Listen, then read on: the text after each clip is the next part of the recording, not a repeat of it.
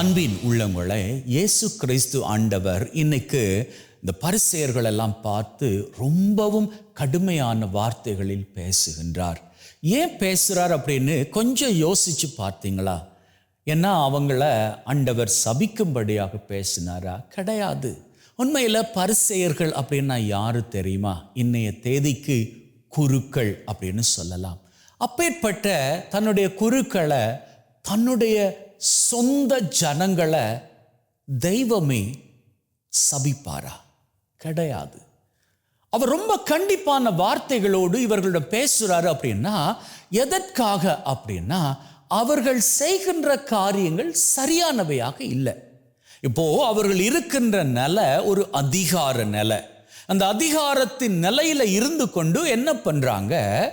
அடுத்தவர்களை, மக்களை வழி நடத்துவதற்கு பதிலாக அவர்களை ரொம்பவும் கஷ்டப்படுத்தி, அவர்களை எவ்வளவுக்கு எவ்வளவு பாரப்படுத்த முடியுமோ அவ்வளவு பாரப்படுத்தி தாங்கள் சொகுசாக வாழ்ந்து கொண்டிருக்கிறார்கள்.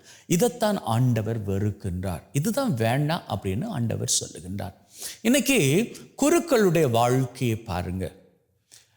வெளிப்புற தோற்றத்தில் குருக்களின் வாழ்க்கை சௌகரியமானதாக இருக்கலாம், தோன்றலாம்.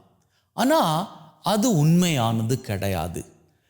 எல்லாருக்கும் வாழ்க்கையில் ஏதோ ஒரு பிரச்சனையோ, ஏதோ ஒரு சிக்கலோ, ஏதோ ஒரு சவாலோ இருப்பது சகஜம். அது பொதுமக்களுக்கு மாத்திரம் கிடையாது. அருள் நிலையில் இருக்கக்கூடிய குருக்கள், துறவியர்கள் எல்லாருக்குமே அது பொதுவானது தான். ஏன்னா நீங்கள் உங்களுக்குள்ள நீங்கள் பகிர்ந்து கொள்ளலாம்.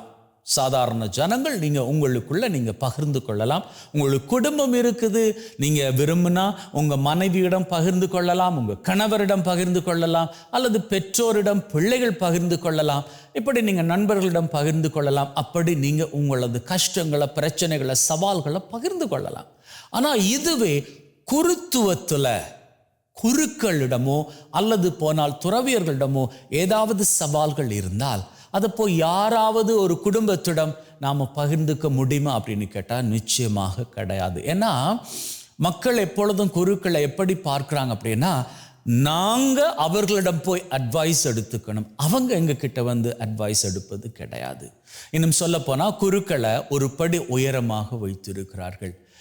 அப்போ மக்கள் அப்படி வைத்திருக்கிற வேளையில் குருக்களால் மக்களிடம் போய் தங்களது சவால்கள் எல்லாம் தெரிவிச்சுக்க முடியாது.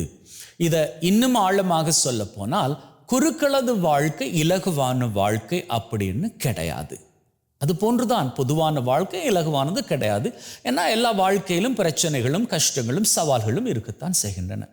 ஆனால் இந்த சாதாரண குடும்ப வாழ்க்கையில் நான் சொல்ல வருகின்ற காரியம் என்ன அப்படின்னு சொன்னால், உங்களது குடும்பம் அப்படின்னு சொல்லக்கூடிய ஒரு கட்டமைப்பு இருக்கிறது. ஆனால் குருக்களுக்கு ஒரு பங்குல நீங்கள் பாருங்கள், குடும்பத்தில் ஒரு பிரச்சனை தான். ஆனால் பங்கை எடுத்துக்கொண்டீங்களாக இருந்தால் ஒவ்வொரு நாளும் ஒவ்வொரு பிரச்சனை ஒவ்வொரு வடிவத்தில் வந்துக்கிட்டே தான் இருக்கும். அப்படி வருகின்ற வேளையில் அதை சரியான முறையில் கையாள வேண்டியது குருக்களின் பொறுப்பாகும். அப்போது அதை கையாளணும் அப்படின்னு சொன்னால், அன்னைக்கு சாலமோன் ராஜா கடவுளிடம் கேட்டது போன்று குருக்கள் ஞானத்தால் நிறைந்து இருக்கணும். அறிவு மட்டும் பத்தாது, ஞானமும் வேண்டும். அப்போது ஞானத்தோடு செயல்படக்கூடிய நிலையில் ஒவ்வொரு குருக்களும் துறவியர்களும் இருந்தாலே ஒழிய அவர்களால் பங்குல வரக்கூடிய சவால்கள் எல்லாம் கையாளுவது கடினமாகும். இப்போ குருக்கள் என்பவர்கள் யார்? கடவுளின் பணிக்காக அர்ப்பணிக்கப்பட்டவர்கள். அதுபோன்றுதான் அன்னைக்கு இந்த பரிசேயர்கள், சதுசேயர்கள், மறைநூல் அறிஞர்கள் எல்லாம் கடவுளது பணிக்காக தங்களை அர்ப்பணித்தவர்கள். அவர்களுக்கும் நிறைய சவால்கள் இருந்திருக்கணும்.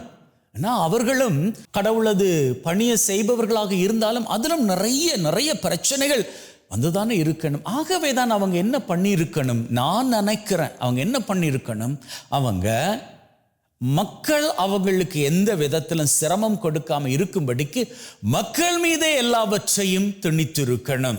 நீங்க இப்படி நடக்கணும், இப்படித்தான் நடக்கணும், இப்படி நடந்தா தான் கடவுள் உங்களை விரும்புவார், கடவுள் உங்களை ஆசீர்வதிப்பார், அப்படின்னெல்லாம் அவங்க இந்த சட்ட திட்டங்களை திணிச்சிட்டு தாங்க ஹாயா இருந்திருக்க கூடும்.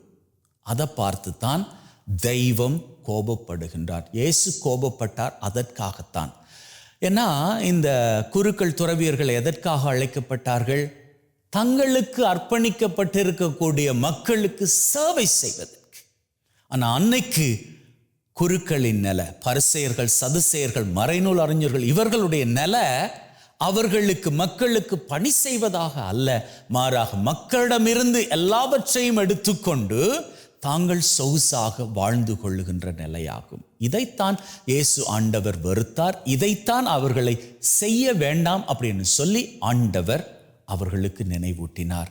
இன்னைக்கு அன்பின் உள்ளங்களே, இந்த குருத்துவம் என்பது எவ்வளவு சவால்களுக்கு மத்தியில் வாழப்படுகின்ற வாழ்க்கை அப்படின்னு உங்களுக்கு தெரியும். நீங்கள் என்ன பண்ணிக்கலாம்? குறைஞ்சபட்சம் உங்கள் குடும்பத்தில் நீங்கள் ஒன்றா சேர்ந்து ஜெபிக்கின்ற பொழுது உங்களது குருக்களுக்காக ஜெபித்து கொள்ளுங்கள். நீங்கள் குருக்களுக்காக அன்றாடம் ஜெபிக்கிறீர்களா? நல்லது. அப்படி நீங்கள் ஜெபிக்கின்றவர்களாக இருந்தால் உங்களிடம் இன்னொரு ரிக்வெஸ்ட், உங்கள் குடும்பத்தில் இருந்தே குருவாகவோ துறவியாகவோ ஆண்டவரது பணியில் இணைந்து அவருக்காக பணி செய்வதற்கு உங்ககிட்ட இருக்கக்கூடிய பசங்களை நீங்கள் அனுப்பி வைங்க. அப்படி நீங்கள் அனுப்பி வைக்கின்ற பொழுது உங்கள் குடும்பத்தில் இருந்தே குருக்களும் துறவியர்களும் உருவாகின்ற பொழுது you will always have a sense of belonging.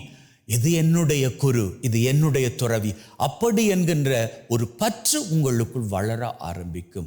அப்படி பற்று வளர ஆரம்பிக்கின்ற பொழுது உங்களிடமிருந்தே குருக்கள் வருகின்றபடியினால், நீங்கள் அவர்களை நேசிக்க ஆரம்பிக்கின்றபடியினால், இப்போ நீங்கள் காட்டுகின்ற நேசத்திலும் பார்க்க இன்னும் அதிகமாக நீங்கள் நேசத்தை காட்டுகின்றபடியினால், இனி வரக்கூடிய திருச்சபையினது ஆசிரின் வாழ்க்கை இன்றில் இருக்கும் ஆசிரின் நிலையிலும் பார்க்க மிகவும் சிறந்ததாக இருக்கும். அதற்காக உங்களிடம் வேண்டுகின்றேன், ஆண்டவரை ஜெபிக்கின்றேன். தொடர்ந்து நம்முடைய குருக்களுக்காக ஜெபியுங்கள், நம்முடைய துறவியர்களுக்காக ஜெபியுங்கள்.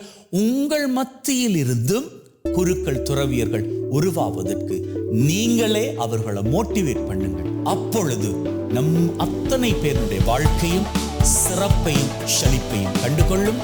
ஆமென்.